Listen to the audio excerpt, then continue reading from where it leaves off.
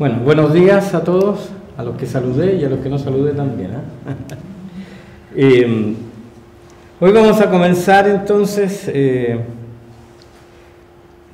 como dice la diapositiva, el comienzo del ministerio público de Jesús. Hasta la clase anterior habíamos visto el preámbulo, ¿verdad? Todo el desarrollo del nacimiento, la niñez, la infancia y hasta el bautismo del Señor. Hoy entonces vamos a entrar, como se podría decir, ya en materia más doctrinal, más del ministerio público de Cristo. Y esto lo vimos, empezamos en la semana pasada, o sea, la clase pasada, a ver este tema de la tentación de Cristo. En Mateo 4, del 1 al 11,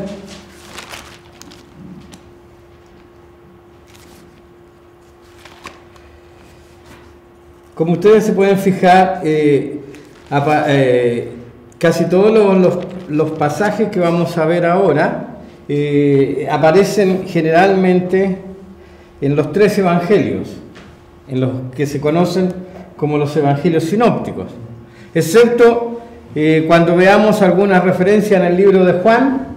Generalmente lo que vemos en Juan no necesariamente aparece en los otros evangelios, así que, pero estos episodios todos van apareciendo en los 3 evangelios con diferentes tipos de desarrollo, algunos más extensos y otros más resumidos. Marcos generalmente es bastante conciso para su relato, pero por eso más bien nos vamos a guiar por Mateo o por Lucas.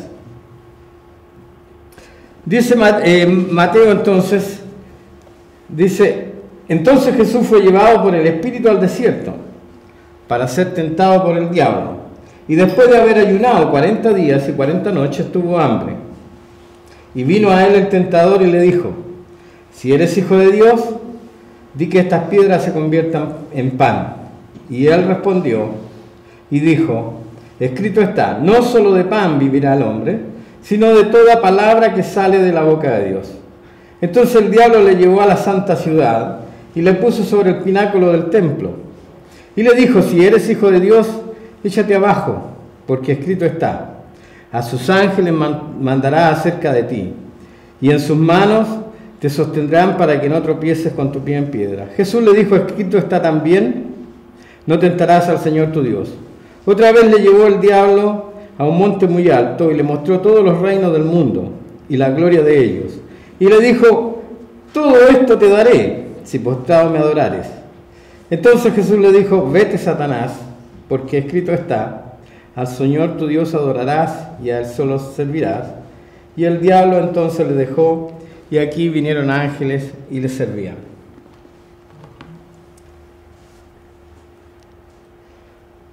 Yo me preguntaba y preguntaba la semana, la clase anterior, ¿por qué era necesario que Jesús, antes de comenzar su ministerio público, tuviera este round, por así decirlo, con Satanás mismo? O sea, yo me pregunto, ¿acaso Cristo necesitaba esta prueba?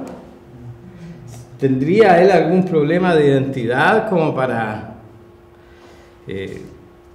¿Cuál es el sentido de esta tentación? Yo creo que, y obviamente no tengo un respaldo escritural para esto, pero yo creo que era necesario, como yo dije en la clase anterior, por un lado para establecer claramente quién era Jesús delante del mundo espiritual. Nosotros sabemos, todos, que nosotros por sobre el mundo físico en que nos movemos, ¿verdad?, vivimos en una realidad espiritual que trasciende lo material. Y pongámonos en el escenario, Jesús hasta antes de su bautismo, él había estado en Nazaret viviendo sujeto a sus padres y de repente aparece en la escena pública, religiosa, de su nación y del mundo. Y yo creo que era importante que quedara bien establecido quién era él, espiritualmente hablando. Ahora, todos conocemos el tenor de las tentaciones. Yo creo, no sé, dice que fue llevado por el Espíritu Santo al desierto para ser tentado. O sea, una cosa nos queda clara: era parte del plan del Padre que Jesús fuera confrontado, o que Satanás fuera confrontado con Jesús. No sé cuál sería el orden correcto. Y como dice el relato, él estuvo 40 días en el desierto ayunando, sin comer y sin beber, entiendo. En el desierto no creo que haya tenido Coca-Cola, ni agua mineral, ni nada. Y luego de ese periodo, yo no sé cuál es su experiencia, pero después de ayunar un día, o dos quizá, ¿verdad? A uno cualquier cosa le resulta absolutamente apetecible. Hasta el olor más insignificante, no sé, a pan, qué sé yo, resulta súper atrayente para uno. O sea, lo único que quiere es ingerir algo de alimento porque tiene hambre. Ahora, Cristo, después de 40 días, viene el diablo a tentarle con algo que yo creo que el diablo dijo: aquí lo tengo listo, lo tengo arrinconado contra las cuerdas y lo tengo cocinado. O sea, no se va a resistir de mi propuesta. ¿Y cuál fue la propuesta? Si eres hijo de Dios. O sea, aquí está apelando a su identidad. Más encima le está apelando a su orgullo, a demostrar quién es. Si eres hijo de Dios, di que estas piedras se conviertan en pan. O sea, primero, como dije, apela a su identidad. A ver, demuéstrame quién eres. ¿Acaso Jesús necesitaba demostrárselo? Evidentemente que no, y queda claro por su respuesta. Él sabía quién era y no necesitaba dar demostraciones al diablo de quién era. Pero, en segundo lugar, estaba el tema del hambre también de por medio. O sea, yo me imagino la idea de tener un pancito amasado con chicharrones, como acostumbramos en algunas partes, ¿verdad? Y con mantequillita caliente. A mí me llega a dar hambre de solo pensarlo. Pero Jesús entonces apela, y yo creo que esto es lo interesante. Él está en este punto moviéndose, yo diría, en el plano espiritual. Él no está pendiente del aspecto físico y de satisfacer su necesidad física, sino más bien dándole la importancia a lo que realmente es importante, que es la parte espiritual. Y por eso él responde: no solo de pan vivirá el hombre. O sea, el pan es necesario para la vida física, para que este cuerpo sea sostenido, pero por sobre el sostén físico, por así decirlo, ¿verdad? Por sobre la necesidad de alimento está la necesidad de ser alimentado por la palabra de Dios. ¿Qué dice Juan en el capítulo 1? dice que todas las cosas, o perdón, en Hebreos 1 dice que todas las cosas son sustentadas por la palabra de su poder. O sea, Jesús conocía y sabía exactamente qué era lo que lo sostenía a él. Y no era el pan físico. No era el pan físico, era esta relación de intimidad con su Padre. Enseguida, entonces, como leemos, el diablo le lleva a Jerusalén, como dice ahí, a la santa ciudad, lo sube al templo. Ya vimos una imagen del templo, ¿se acuerdan? ¿La vieron o no? Vamos a ver esa imagen, si es que podemos. No, estamos para el otro lado.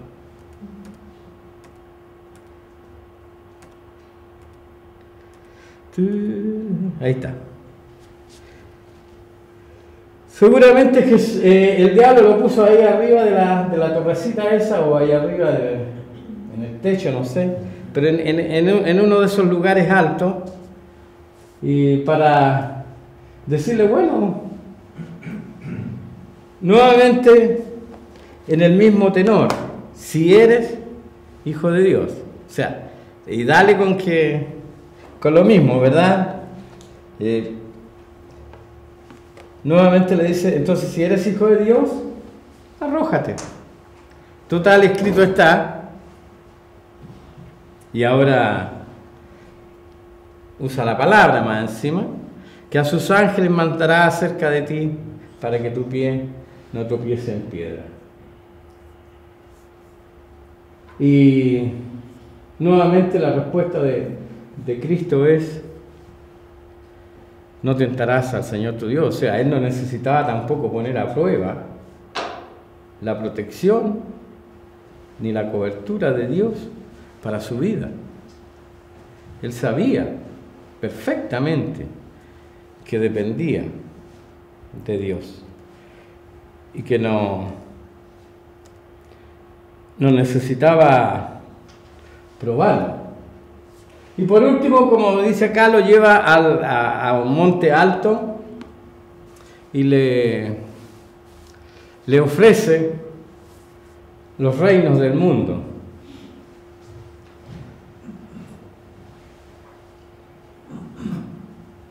El diablo, no sé si es muy inteligente o muy tonto, porque él, que conoce la palabra, debía haber sabido y conocido el salmo que dice: pídeme y te daré por herencia a las naciones. O sea, Cristo no necesitaba adorar a Satanás para tener las naciones como herencia. El Padre ya se las había prometido antes de todo este acontecimiento. Entonces, más encima, con la presunción de: si postrado me adoras, yo te voy a dar todo esto que a mí me ha sido entregado. En realidad no le había sido entregado, él lo había usurpado. Él, en el huerto del Edén, usurpó, engañó a Adán y Eva para tomar para sí la humanidad entera y por ende los reinos del mundo. Y ahora entonces se los ofrece al Señor como gran cosa. Pero como yo decía, yo creo que el Señor sabía perfectamente que los reinos de este mundo iban a ser de Él y no de la manera que Satanás lo había propuesto. Luego entonces en Lucas 4:14 leemos de que Jesús, después de este encuentro con Satanás, vuelve ahora en el poder del Espíritu, vuelve lleno del Espíritu. No solamente vinieron ángeles seguramente para confortarle, como dice el relato, sino que más encima el poder de Dios, el Espíritu Santo, le llena y vuelve a la ciudad lleno del Espíritu Santo. Luego, entonces, él comienza su ministerio, el ministerio de Jesús, en Galilea. Mateo capítulo 4, del 12 al 17, leemos que dice: cuando Jesús oyó que habían encarcelado a Juan, regresó a Galilea. Partió de Nazaret y se fue a vivir a Capernaum, que está junto al lago en la región de Zabulón. Podríamos quizás echar una miradita al mapa. No, este no me sirve mucho. No, parece que estamos para Úrsula. Ahí está. ¿Verdad?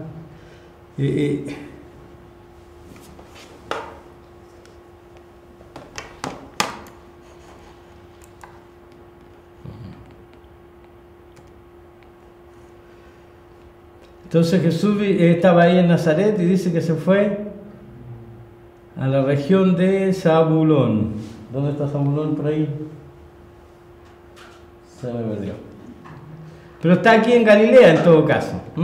Empieza su ministerio ahí en Galilea. Y dice que fue a la región de Zabulón y de Neftalí para que se cumpliese también lo dicho por el profeta Isaías: tierra de Zabulón y de tierra de Neftalí, camino del mar, al otro lado del Jordán. Galilea de los gentiles. El pueblo asentado en tinieblas.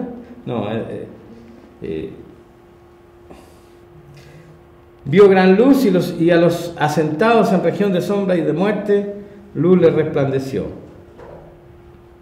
Y desde ese entonces Jesús comenzó a predicar y a decir: arrepentíos, porque el reino de los cielos se ha acercado. Jesús comienza su ministerio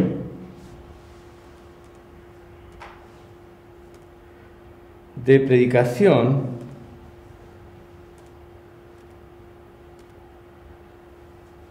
con estas palabras. Marco también las ratifica: arrepentíos, porque el reino de los cielos se ha acercado.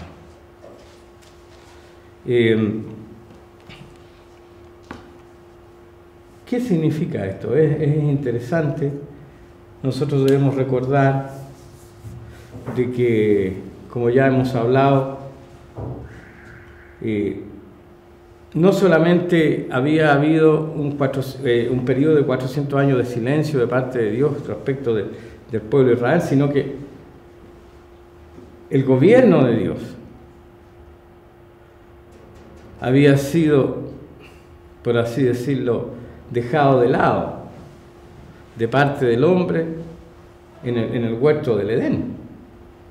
O sea, cuando el hombre, Adán y Eva, pecaron y quisieron hacer su propia voluntad, obviamente dejaron de estar bajo el gobierno de Dios. Y ahora, en Cristo, esta realidad del gobierno de Dios, del reino de Dios, vuelve a estar entre los hombres. Pero este evangelio, porque en Marcos dice: arrepentíos y creed en el evangelio. Este evangelio tiene nombre y apellido. Es el evangelio del gobierno de Dios. Uno generalmente escucha en los mensajes por ahí que se habla mucho del evangelio. Y predicamos este santo evangelio, dicen algunos, y hablan el evangelio para allá y el evangelio para acá, pero nunca explican en qué consiste o de qué evangelio están hablando. La palabra evangelio, como todos yo creo que saben o sabemos, significa buena noticia. Y entonces uno escucha que la buena noticia para allá y que la buena noticia para acá, pero ¿cuál es la buena noticia? Jesús viene trayendo una buena noticia, y esa buena noticia es que el gobierno de Dios, el reino de los cielos, se ha acercado, ha llegado, está entre nosotros. Y por eso ahora hay que arrepentirse y creer.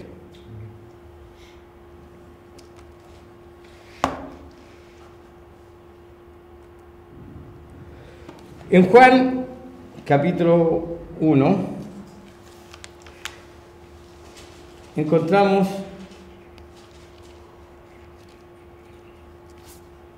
un relato interesante. Jesús está pasando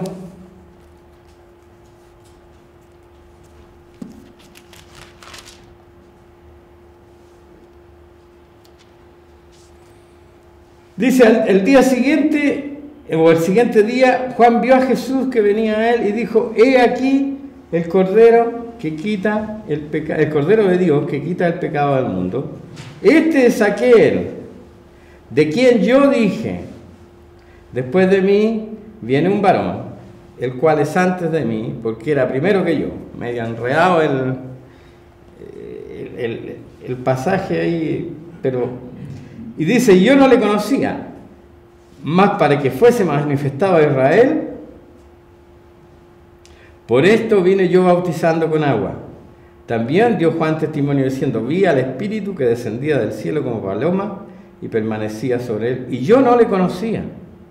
Pero el que me envió a bautizar con agua, aquel me dijo: sobre quien vea descender el Espíritu y que permanece sobre él, este es el que bautiza con el Espíritu Santo. Y yo le vi y he dado testimonio de que este es el Hijo de Dios. O sea, Juan el Bautista está señalando, como dice ahí, a Jesús directamente diciendo: este es el Cordero de Dios que quita el pecado del mundo.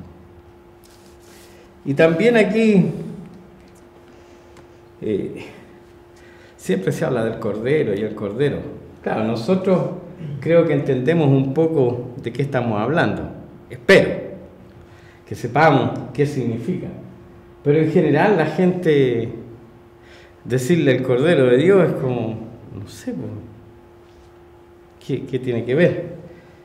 Debemos recordar que según lo establecido por Dios mismo, la única forma de que hubiera remisión de pecado era mediante derramamiento de sangre. Dios establece en el principio que sin derramamiento de sangre no hay remisión de pecado. Entonces, el Cordero vino a ser, en ese sentido, el símbolo del sacrificio y del perdón. La sangre de los corderos era rociada, o también de los bueyes, ¿verdad? Era rociada sobre el altar y también era derramada sobre el altar y también era rociada sobre aquellos que venían ofreciendo el sacrificio por el pecado, y el sacerdote tomaba de la sangre y la rociaba sobre la persona, como señal de que los pecados eran cubiertos por esa sangre. Y la persona entonces ponía su mano sobre el animalito para identificarse con ese sacrificio. Había un tema ahí de conexión, ¿verdad?, entre el animal y el pecador, y la sangre que era rociada. Ahora, Juan está diciendo: aquí hay un Cordero de Dios, que viene de Dios para quitar el pecado del mundo. O sea, Cristo, según lo que dice Juan aquí, es entonces el sacrificio de Dios, establecido por Dios, para quitar los pecados del mundo. Y como él dice, entonces, él no dice que no lo conocía. O sea, es interesante, uno ¿se acuerdan que nosotros dijimos que Jesús era primo de Juan y que Juan era 6 meses mayor que él nada más y todo eso? pero es interesante porque Juan dice, yo no le conocía. O sea, Juan no sabía, según esta declaración, quién era el Mesías. Seguramente conocía a Jesús, era su primo. A lo mejor se deben haber encontrado en más de alguna ocasión en encuentros familiares, no sé, estoy especulando, pero Juan no sabía quién era Jesús en estos términos. Él había sido comisionado por Dios para identificar al Mesías.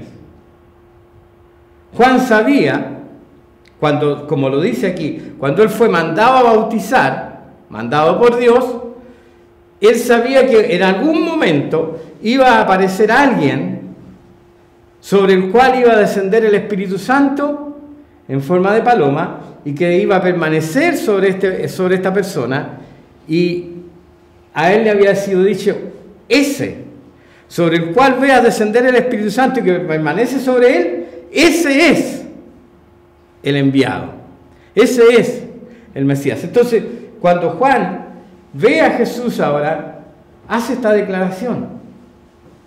Él es el indicado, Él es el Cordero de Dios que quita el pecado del mundo, porque yo vi al Espíritu Santo descender sobre Él como paloma. Y en el 35, nuevamente dice que Juan estaba,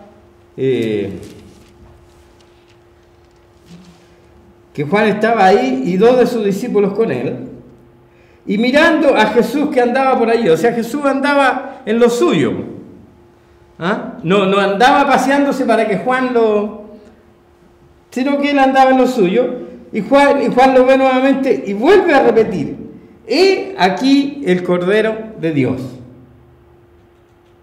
Y como estos discípulos lo oyeron hablar,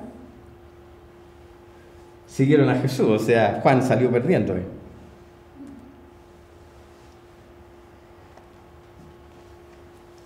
Boda en Caná de Galilea.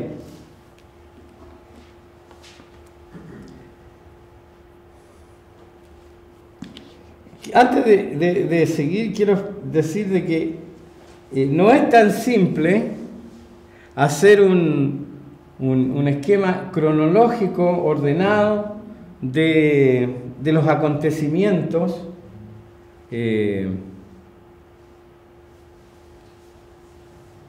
Más bien es medio complejo el tema, porque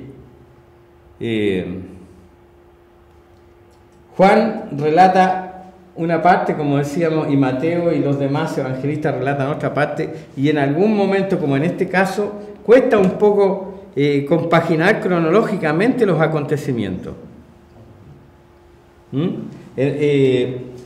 Según Juan, entonces, después de esto, en Juan capítulo 2, Jesús fue, dice, al tercer día, se hicieron unas bodas en Caná de Galilea, y estaban allí la madre de Jesús, y fueron también invitados a la boda Jesús y sus discípulos. O sea, Jesús ya tiene discípulos. Y faltando el vino, la madre de Jesús le dijo a Jesús, no tienen vino. Y Jesús le dijo, ¿qué tienes que ver conmigo, mujer? Aún no ha venido mi hora. O sea, como diciéndole, ¿y qué tengo que ver yo en este tema? Pero su madre, mamá al fin, dijo a los que servían, hacer todo lo que os dijere.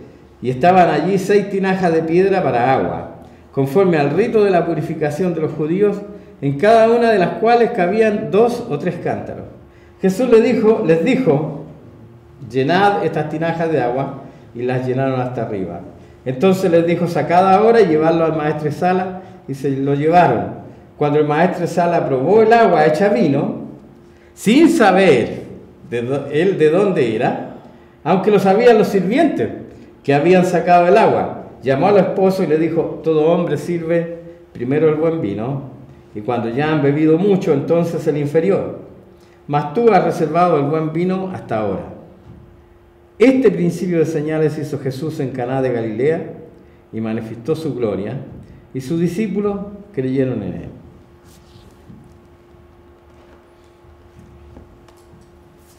Primer milagro, según entendemos, de Jesús en estas bodas. De partida me llama la atención una cosa: se les acabó el vino a mitad de la fiesta. O el presupuesto era muy chico, o probablemente la familia de los novios no era muy pudiente, pero algo pasó, hicieron mal los cálculos, pero el tema es que se acabó el vino a mitad de la fiesta. Yo no sé, es raro eso, ¿no? Que se hubiera acabado el vino, y no sé por qué ni cómo, el relato no lo explica, pero María se enteró. Seguramente estaba observando y se dio cuenta que ya habían vaciado el último jarro, y seguramente lo habían estrujado así para sacarle la última gotita, y ya no había más vino. Curiosamente, ella se acerca a Jesús, le dice: no hay vino. ¿Cómo? O sea, si a mí se me acercan a decirme eso, yo digo, bueno, yo puedo poner, no sé, unas 10 lucas, unas 5 lucas, para que vayan a comprar, ¿verdad? Evidentemente la intención de María no era que Jesús sacara plata del bolsillo para hacer una vaca, como diríamos en buen chileno, a propósito de la comunicación intracultural, ¿verdad? Y de los animales, como decía Nelsito, ¿verdad? No, evidentemente no era la intención de María de que Jesús sacara plata para hacer una vaca y mandara a comprar vino. Su intención era que Jesús resolviera el tema como ella entendía que debía hacerlo. Ahora, Jesús se resiste un poco, pero finalmente es su mamá.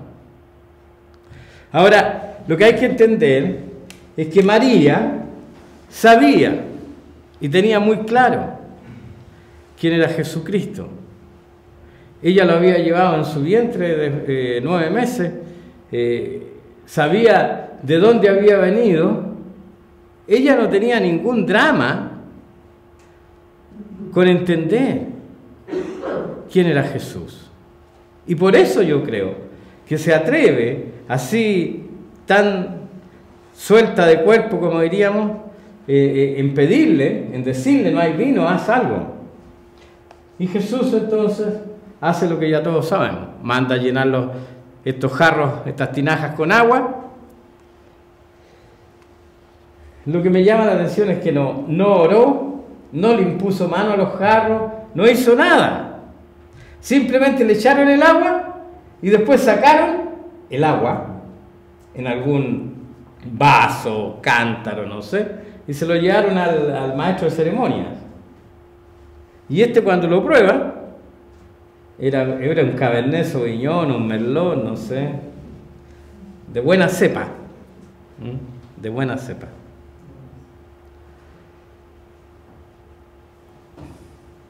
Y ahí viene el comentario entonces al novio. El novio no tenía idea, y yo creo que el novio no sabía nada, pero el comentario entonces le dice: bueno, tú dejaste el mejor vino para el final. O sea, una cosa me queda clara: el vino que vamos a tomar arriba, ese sí que va a ser vino bueno, pero del bueno, celestial. ¿Eh? ¿Ustedes creen que vamos a tomar vino allá arriba, no? ¿Sí? Parece que no están muy convencidos. Yo creo que sí. Jesús dijo: no tomaré más de este fruto de la vid.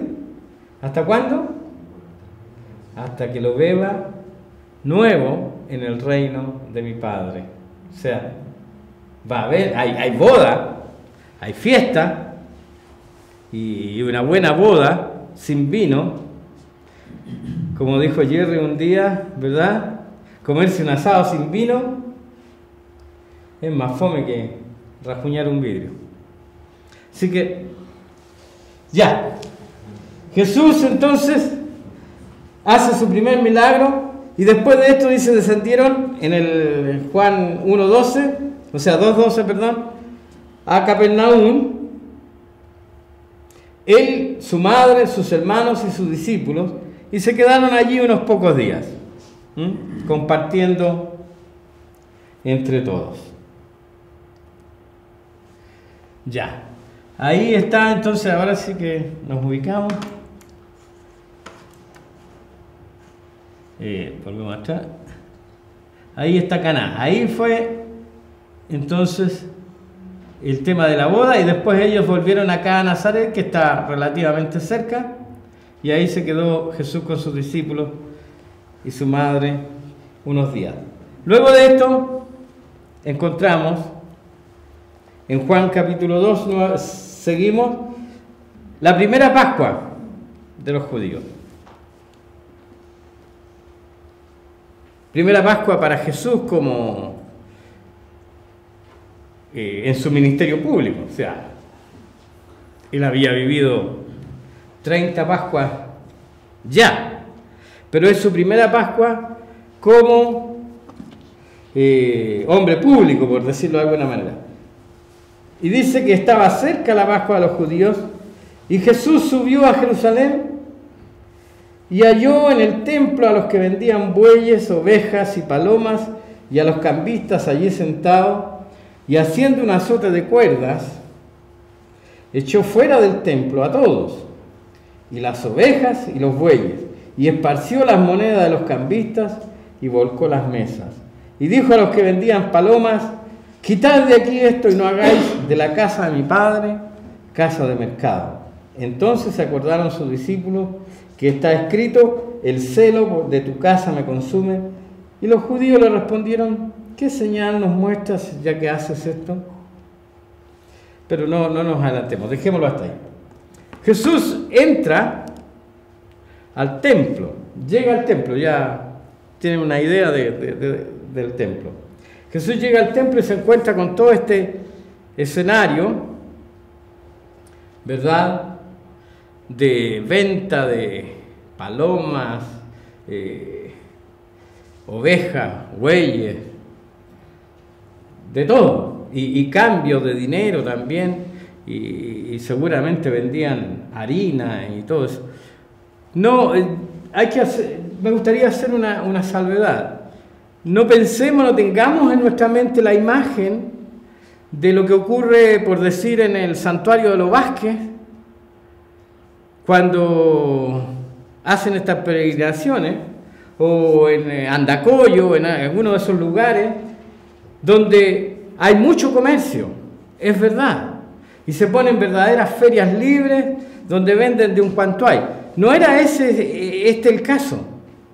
Lo que había establecido aquí era lo que vendían, era lo que la gente necesitaba para presentar sus ofrendas y sus holocaustos en el mismo templo.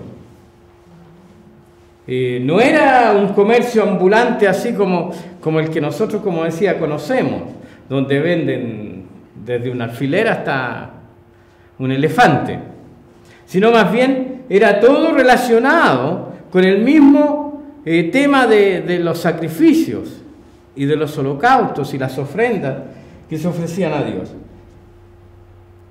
Pero igual estaban ahí dentro del templo toda esta gente, y Jesús entra entonces y me imagino, él iba al templo seguramente a compartir con los sacerdotes o a compartir con la gente, y se encuentra con todo este mercado. Y entonces empieza a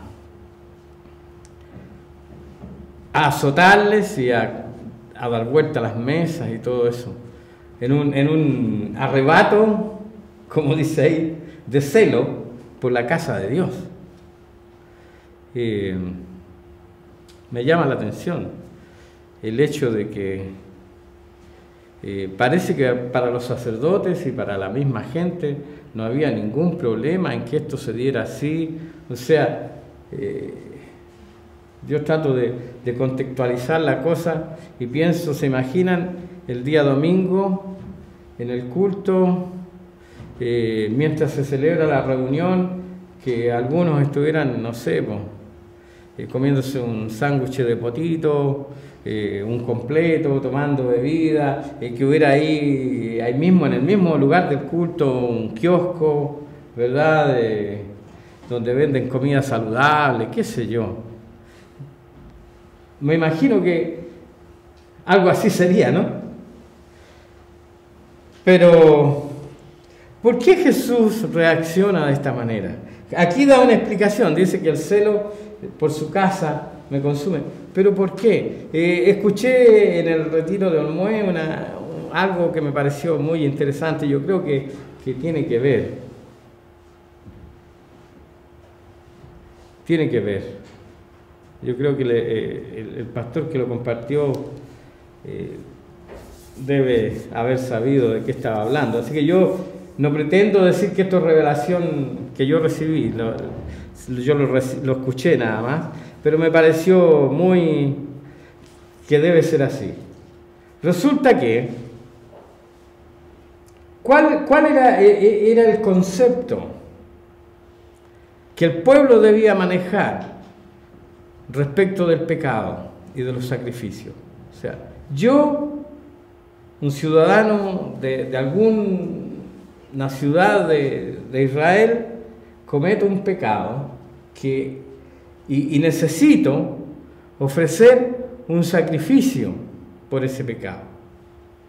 Entonces, como la gran mayoría eran agricultores, o sea, más que agricultores eran ganaderos, ¿verdad? Yo voy al corral de las ovejas, agarro la más bonita, así debía ser, según la ley de Moisés. Agarro la mejor, la más gorda, la más sanita, ¿verdad?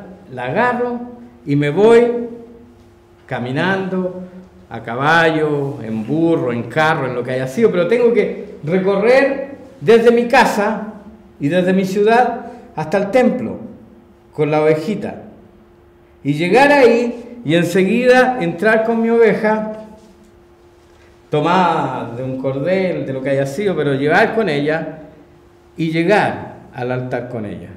Todo ese trayecto se supone que yo soy consciente de qué estoy haciendo. Soy consciente de que todo esto que estoy viviendo es por causa del pecado que yo cometí. Y hay una relación entre la oveja y yo. Era mi oveja o mi cordero y lo llevo para ser sacrificado por mi pecado. ¿Qué habían hecho entonces estos comerciantes? Le habían simplificado la vida a la gente. O sea, poco más y ya habían inventado el café instantáneo. Ellos entonces le evitaban a la gente todo este trámite y tenían el corderito ahí listito, venga, saque tanta plata y ponga y lleve el cordero. El hombre no tenía ninguna relación con el cordero, era un cordero absolutamente desconocido para él, etc. No se cumplía el objetivo y el propósito que Dios tenía cuando estableció el tema del sacrificio. Y yo pensaba en esto y le hallaba razón. ¿Por qué? Porque yo decía, guardando todas las proporciones del caso, pero yo pensaba, nosotros tenemos ofrenda de alimentos una vez al mes, y yo pensaba, en realidad es distinto que yo el día anterior o el mismo domingo en la mañana o la dueña de casa vaya a su despensa saque de lo que ella tiene, o que vaya al supermercado unos días antes y compre y haga provisión para traer la ofrenda de alimentos el día domingo en la mañana. Es distinto eso a que yo llegue el día domingo y diga, bueno, en realidad debía haber traído algo, pero me meto la mano al bolsillo y doy dinero a cambio. Como dije, guardando todas las proporciones del caso. Y no pretendiendo tampoco decir que está mal ofrendar si se me olvidó. Pero hay una diferencia desde mi punto de vista en este sentido, que es lo que quiero enfatizar respecto de esto. Porque cuando yo me preocupo y me tomo el trabajo de ir y sacar de lo que yo tengo para compartir con el necesitado, hay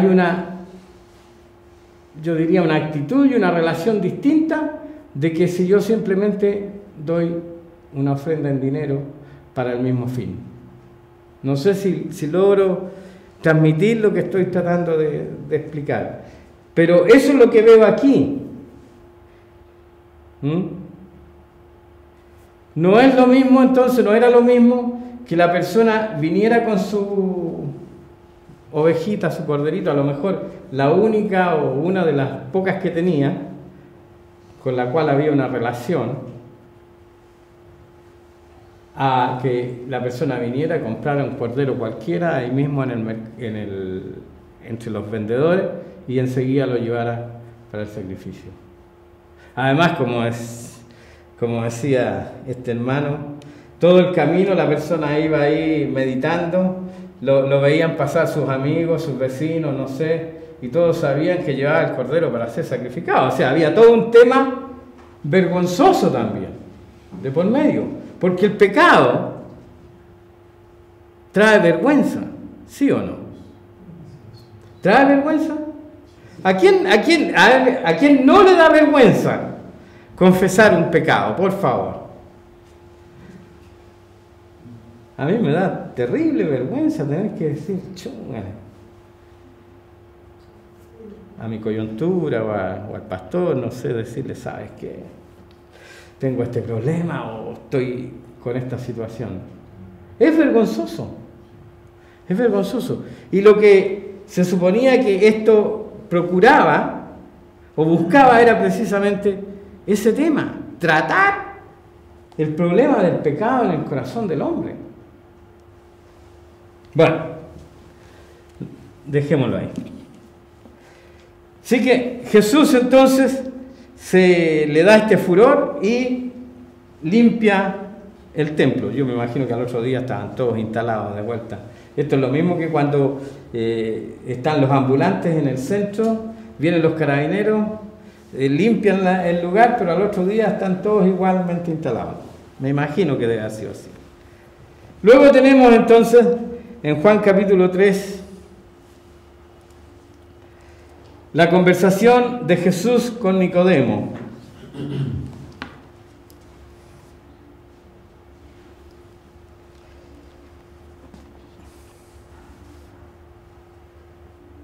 Dice que había entre los fariseos un principal entre los judíos, o sea, un hombre importante, un dirigente, y este vino a Jesús de noche y le dijo, adulándolo un poco, me imagino, Rabí, sabemos que has venido de Dios como maestro, porque nadie puede hacer estas señales que tú haces si no está Dios con él.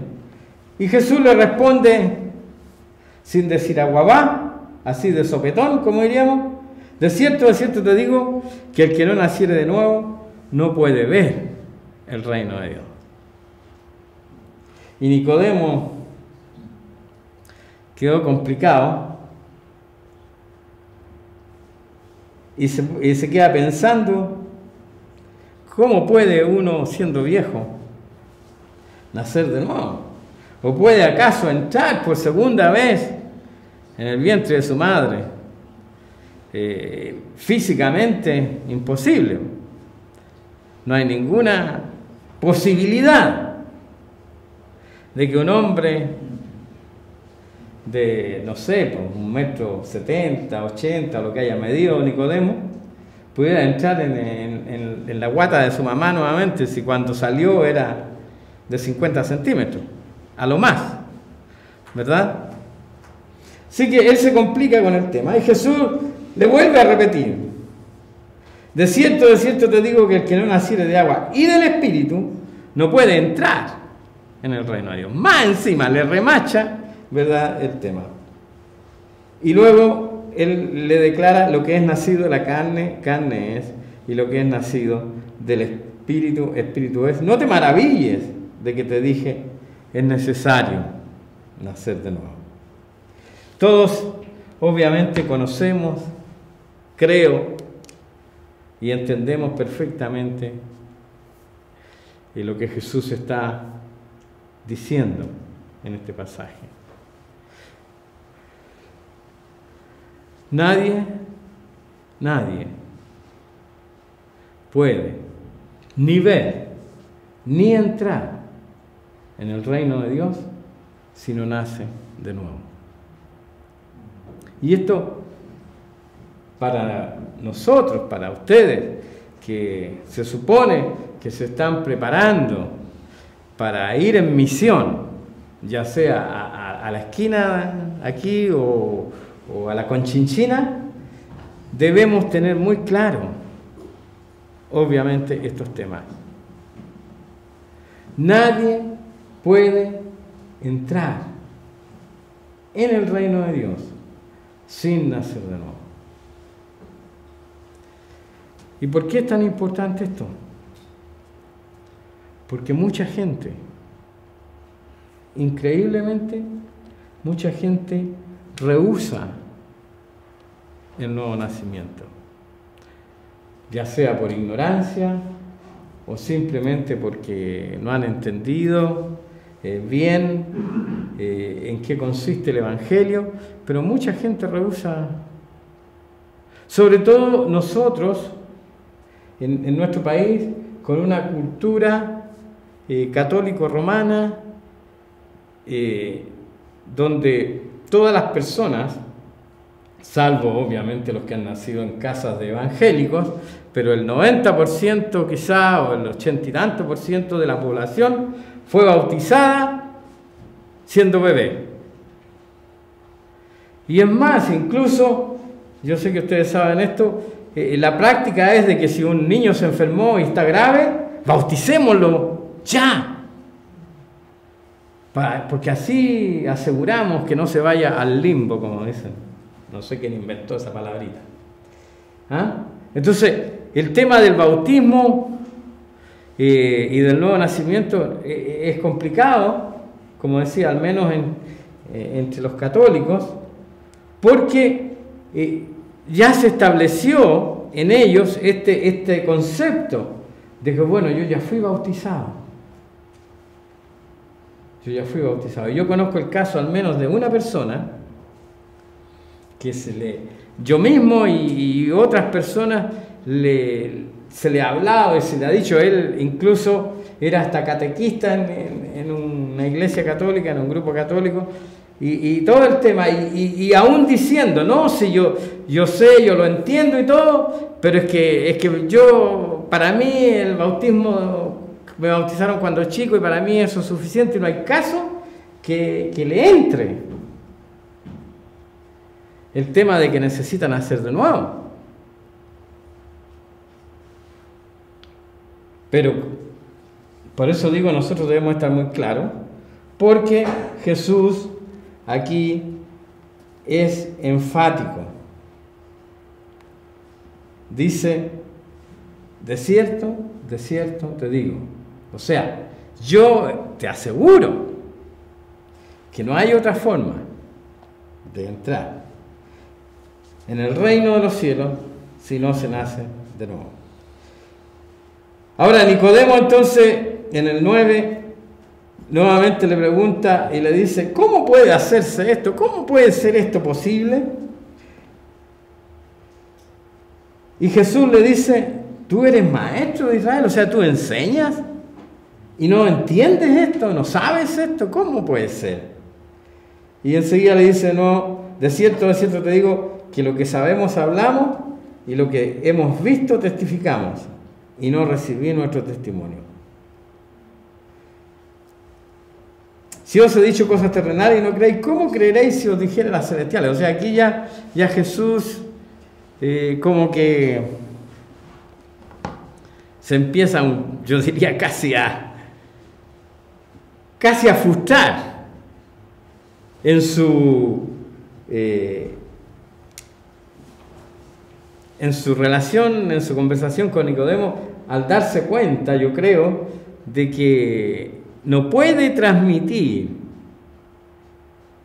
acabadamente lo que él está tratando de decirle, por falta de comprensión de Nicodemo, o sea, y por eso le dice, te estoy hablando de cosas naturales, o sea, ni siquiera estamos hablando de cosas muy elevadas ni muy espirituales, te estoy hablando de cosas que son entendibles completamente, y así no las puedes entender. ¿Qué más pasaría si les dijera cosas celestiales, elevadas? No sé, ahí nadie entendería nada.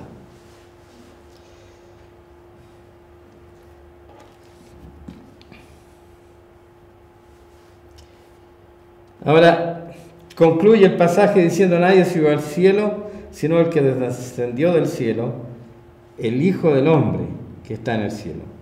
Y como Moisés levantó la serpiente en el desierto, así es necesario que el Hijo del Hombre sea levantado, para que todo aquel que en él cree no se pierda, mas tenga vida eterna. Aquí Jesús está profetizando acerca de su propia muerte. No sé si ustedes recuerdan el pasaje en el Antiguo Testamento, en el Éxodo, cuando el pueblo de Israel iba y fueron mordidos por serpientes.